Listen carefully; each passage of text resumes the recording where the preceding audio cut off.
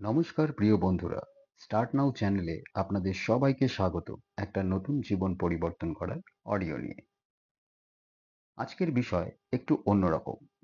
আজকের বিষয় হচ্ছে আমাদের মতো সাধারণ মানুষরা, তারা অনেকেই প্রশ্ন করেন, ঈশ্বর কি আছেন? আমরা যখন কোনো একটা সমস্যায় পড়ি তখনই আমরা বলি, ভগবান কি আছেন? কিন্তু ওই সমস্যার সময় আমরা অনেকেই ভগবানের কাছে দৌড়ে যাই, ঈশ্বর একটু দেখে নিও। তো আমি কিছু কথা বলতে চাই আপনাদের কাছে। আমার যোগ্যতা নেই, তবুও আমি বলছি।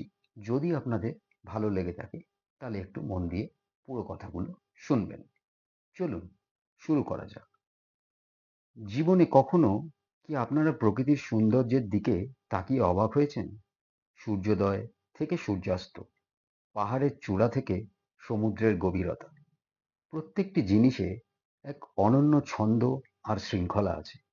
এই সবকিছু কি কেবল কাকতালীয়, নাকি এর পিছনে রয়েছে এক মহাজাগতিক শক্তি? ভাবুন, একটি বীজ কিভাবে একটি মহীরুহে পরিণত হয়। সেই ছোট্ট বীজে রয়েছে সমস্ত জীবন শক্তি।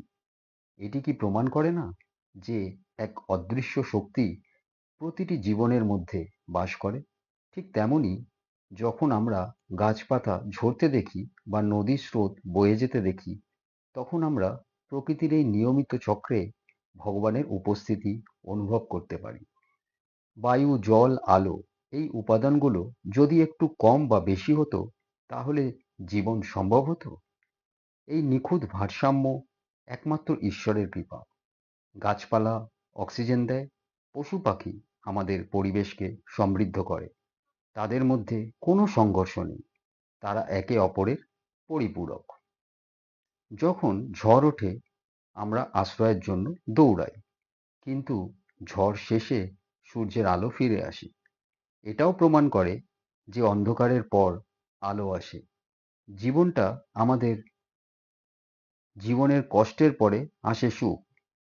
এটি আমাদের শেখায় যে ভগবান সর্বদা আমাদের সঙ্গে আছেন, শুধু আমাদের বিশ্বাস করতে হবে।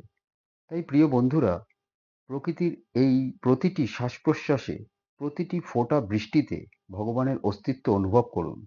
জীবনের প্রতিটি মুহূর্তে ভগবানের প্রতি কৃতজ্ঞ থাকুন। তিনি আমাদের আশীর্বাদ দিচ্ছেন সব সময়। আপনাদের অসংখ্য ধন্যবাদ আমার কথাগুলো শোনার জন্য। কোনো ভুল ত্রুটি হয়ে গেলে মার্জনা করবেন। ভালো থাকবেন, সুস্থ থাকবেন।